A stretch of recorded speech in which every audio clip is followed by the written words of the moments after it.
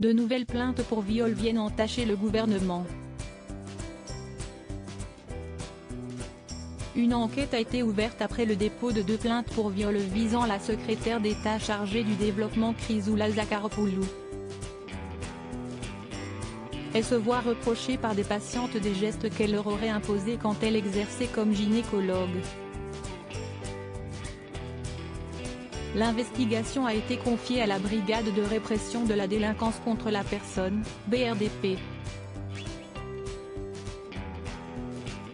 La première plainte dénonçant des faits de viol a été déposée le 25 mai et l'enquête ouverte 2 jours plus tard, avant une deuxième plainte en date du 16 juin pour des faits de même nature, a indiqué mercredi le parquet de Paris. Selon l'hebdomadaire Marianne, les faits reprochés à Chrysoula Zacharopoulou auraient été commis dans le cadre de sa profession de gynécologue, et concerneraient pour la deuxième plainte une femme majeure.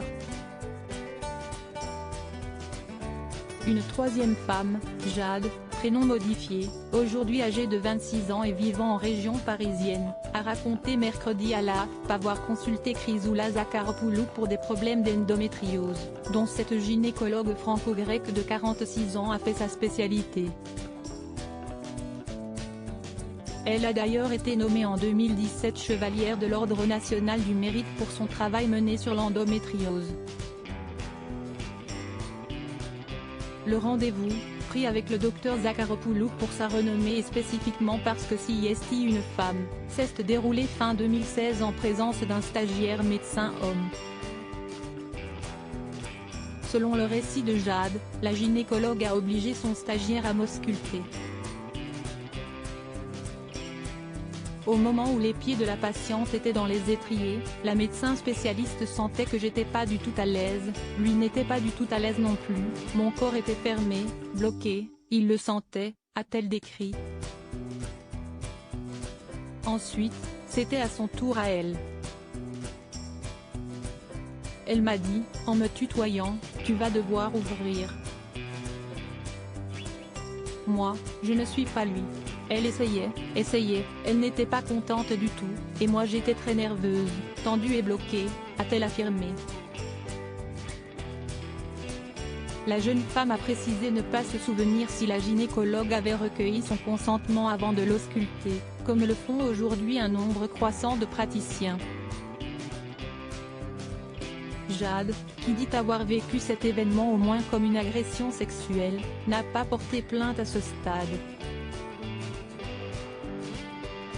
Je me disais que personne ne me croirait, mais aujourd'hui c'est différent, a-t-elle dit, en ajoutant qu'elle hésite à le faire. Sonia Biche, fondatrice de Stop Vogue FR, a indiqué à l'AFP que son collectif contre les violences obstétricales et gynécologiques avait reçu 3 témoignages la concernant, datant de 2013, 2016 et 2020, évoquant des violences gynécologiques. Provenant de 3 autres patientes qui n'ont pas porté plainte. Un prestigieux CV né à Sparte, Chrysoula Zacharopoulou a fait ses études en Italie avant d'exercer en France, à l'hôpital militaire Béguin de Saint-Mandé, Val-de-Marne, puis aux hôpitaux de Paris, à AP-HP, notamment à Tenon dans le service du PR Émile Daraï, sous le coup d'une enquête pour des accusations de viol.